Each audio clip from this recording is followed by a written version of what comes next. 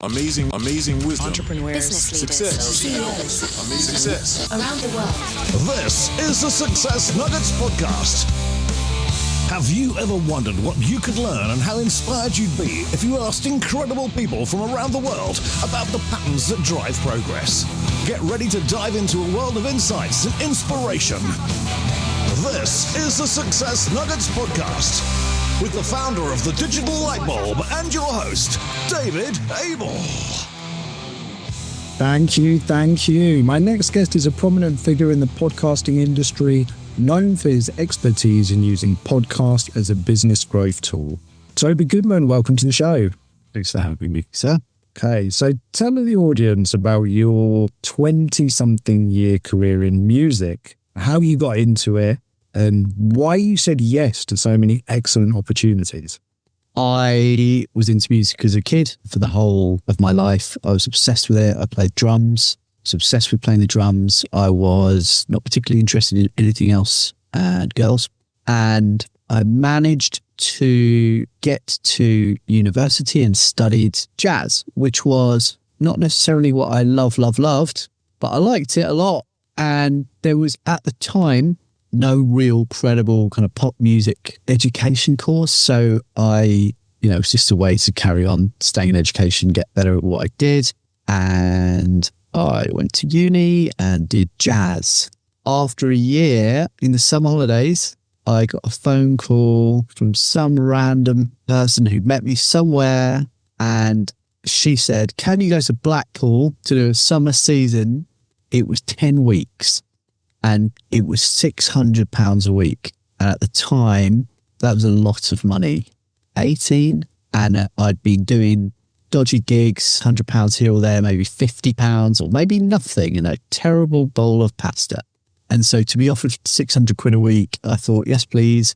And I put my stuff in the car and I drove north of Luton for the first time in my life. I never knew the UK. And I drove up in my terrible car, and the gig was at a place called the Blackpool Opera House, which was actually the biggest theatre in the country. It's got like 3,000 seats. It's insane, this place. And I thought, I've bitten off more than I can chew here. But there's a long old story around that gig, but it was an amazing band, and the musical director liked me, and I was young. Everyone else was in their 30s, 40s, 50s. I'm this really green behind the ears guy, and I managed to scrape through, and I got to the end of it, and about the week before it ended, after 10 weeks, the guy said, I've got a tour, someone's just left, do you want to do it? And I basically just never went back to uni. I never went back. And so I ended up touring around a lot of the UK, doing like loads of UK theatre work, and then a load of European stuff. And then because of the kind of stuff I was doing, it was a lot of disco artists from America and pop and 80s artists. So there was a guy that I worked for and with for a long time called Kid Creole and the Coconuts. And he ended up bringing me to Europe and doing his gig a lot. And that was it. I had enough money to put a deposit down on a little flat just north of London. And that was me. I was done. I couldn't go back. I was already working. And by the time I was 29, I was playing a gig in the Royal Albert Hall for Bill Wyman, who's the bass player in the Stones. And like everyone, loads of famous people. I'm playing this band and it's amazing. And my mum's there and she finally recognizes that I might have done a good thing. And there's a guy playing bass for another band who used to teach me music at college. And he says, would you like to come and teach for us? And at the time, my tour was just ending and we knew we wanted to start a family. And so I ended up going back to uni 10 years later, basically, and teaching and handing out degrees without a degree. So I don't know what that says to you about music, the value of a music degree, but I did that for a few years, 3 or 4 years. I had a family, started a family, got married, stayed in London. And I used that as a bit of a stepping stone to get into business and marketing. And that was initially a band. I was working for other people, but we started a party band, and that party band would go all around London, but then all around the world to do these gigs for the rich and famous and wealthy. That's where I started to learn business, and I started to realize that I didn't need to necessarily always have to wait for the phone. And the nature of the instrument with drums is you have to wait for someone else to get a job before you get a job. I think if maybe you're a piano player or you're a guitar player, you can kind of go out and you could do a restaurant gig or something solo. But with a drummer, you have to wait for a singer or a piano player or a guitar player to get a gig. So you're kind of at the mercy of how they're doing with their network. I felt like I needed to escape. And so that is a very truncated music story. I still play, still go out, but not as much because I do the school pickup. That is such a wonderful story. And there are good sort of business thread lessons in there as well about waiting for the phone to ring. But you really picked up on business because you became a best-selling author. You're a podcast business coach. You're a speaker advisor. You've created many profitable models. How have you managed to be so successful there? And what have you learned from the drums specifically? What's funny is, personally, I don't see myself as successful at all. But when people ask me about stuff, I realise that I've done okay. And that's the only time I kind of go, oh, actually, I've done all right. But I really never feel I've done enough. You know, some people can sleep at night. I can sleep at night. I don't have anything on my conscience, but I do feel like, have I done enough? Which is a problem I have. How have I been so successful? I've just not just wanted it. I've just tried to accrue the right skills. And I think there's quite a few threads with music. First of all, there are thousands of drummers who can play better than me. And when I say play better, they can play faster, they can read better, they can do more stuff. But fortunately for me, many of them are terrible communicators. So there's this phrase in music that could apply to any technical skill, right? Which is great player, crap musician. I never wanted to be that. I never wanted to be someone who could play all this amazing stuff, but just not understand the musical environment around me. And I think that's the same in business. If you've got technical understanding of something, your job isn't to beat someone with a stick over it. You have to try and work out when the appropriate time is to bring a new idea in. Same with music. You know, shall I play a new thing here or shall I just keep it steady and support the idea that's being played? Or is it now time to insert some level of, here's a new color, here's a new symbol that you're going to hear for the first time in this song, or here's a new idea, while still trying to give people space and respect. And I think there's a lot of stuff that's non-verbal, obviously, that goes on with music, where you're always making a choice with an instrument like the drums, because the drums can just overpower everything if you want them to. And you can be a real bully on the drums pretty easily in a way that you can't be on second violin. You can ruin it. Or you can be someone who is at the back and just supports whatever else is going on. And the person who I always call out for this, because he really helped me understand the value that I was bringing from music into business, was a guy called Julian Treasure. Julian Treasure's done like 5, I think he's about to do his 6th or 7th TED talk. He's done loads of work about listening and speaking, but he also used to be in a punk band as a drummer. So his book, How to Be Heard, is incredible. And he talks about listening positions, as in what listening position are you speaking into at the moment? Now, with this podcast, I don't know what listening position I'm speaking into because your listeners, I don't know who they are. But I'm going to assume, because I'm not very famous, a lot of them are thinking, who the hell is this guy? What does he know? What does he want? And that was just fine because I'm the same. And my thing is to maybe open their listening position from defensive or just to be helpful. But first of all, you have to open someone's listening. You have to make sure, as a musician or as someone who speaks or as a business coach or whatever it is you're doing, getting yourself into a position where people want to hear what you have to say. Well, it is interesting because as you were talking about it, I felt I could settle back into a listening position. So there's something around the storytelling that you do. But we met when you were doing a podcast coaching masterclass. Yeah. And I asked you the question, and you did just talk about it there from Julian Treasure's point of view, who I believe is a national treasure. Is I said to you, you've gone from the drummer in the band to being the podcast front man. And you said straight away, no, it's just equally as important to support. Do you still stand by that? And is that... Yeah. I hate speaking gigs. I hate them, but I don't. It's not what I want. I've been on bigger stages than most, but I've always been at the back of them. So I'm not really interested in attention, but I'm really interested in supporting great performers.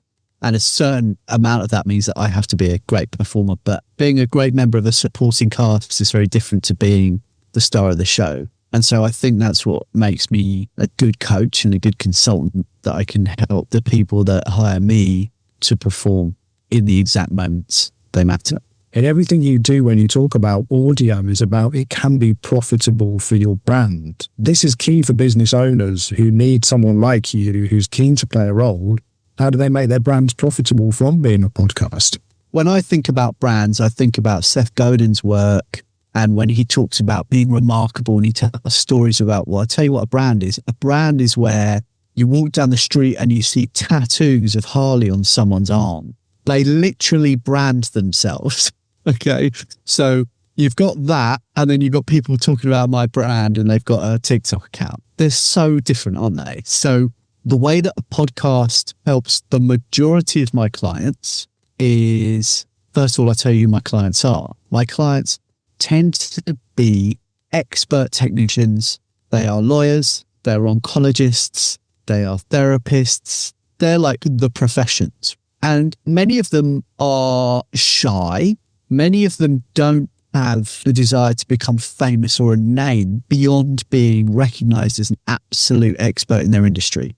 Frankly, they don't care about likes and shares because that's not going to really build their business. It's just going to get them the wrong sort of attention.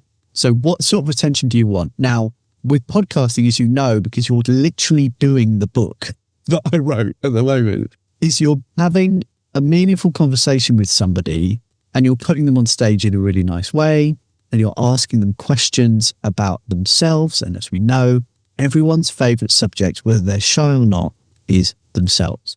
And if you can start to speak with people and think about your marketing as getting in with people rather than getting yourself out there, then if you're going to grow a business, then being in with people who are in your target market is a pretty good way of doing it. But it's not only that. So using a podcast, and my book is called Narrow Podcasting, using a podcast in that narrow way is about using it to create an invite in the same way that you would go and offer to buy somebody a drink at the bar. You've met someone, they seem cool. Oh, can I buy you a drink? Oh, that'd be great. Thanks very much. You're not asking them too much, but what's it leading with? It's leading with a gift. And if you do a good job as a podcast interviewer, then I'm going to say, there's this guy, David, who interviewed me on a podcast. I'm really happy to share this thing. And that's great for you, of course, but maybe I don't have a massive following or whatever. But what I do have is I have a really strong network. So your job as a podcaster, if you're in business and you're trying to grow your business rather than your personal brand or any other kind of like attention that doesn't lead to anything other than a time suck that keeps you scrolling on your phone and hoping for one more like, whatever.